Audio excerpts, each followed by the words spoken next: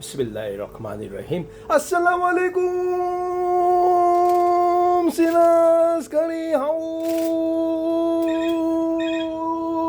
Today, Friday, Dal Chawal Day.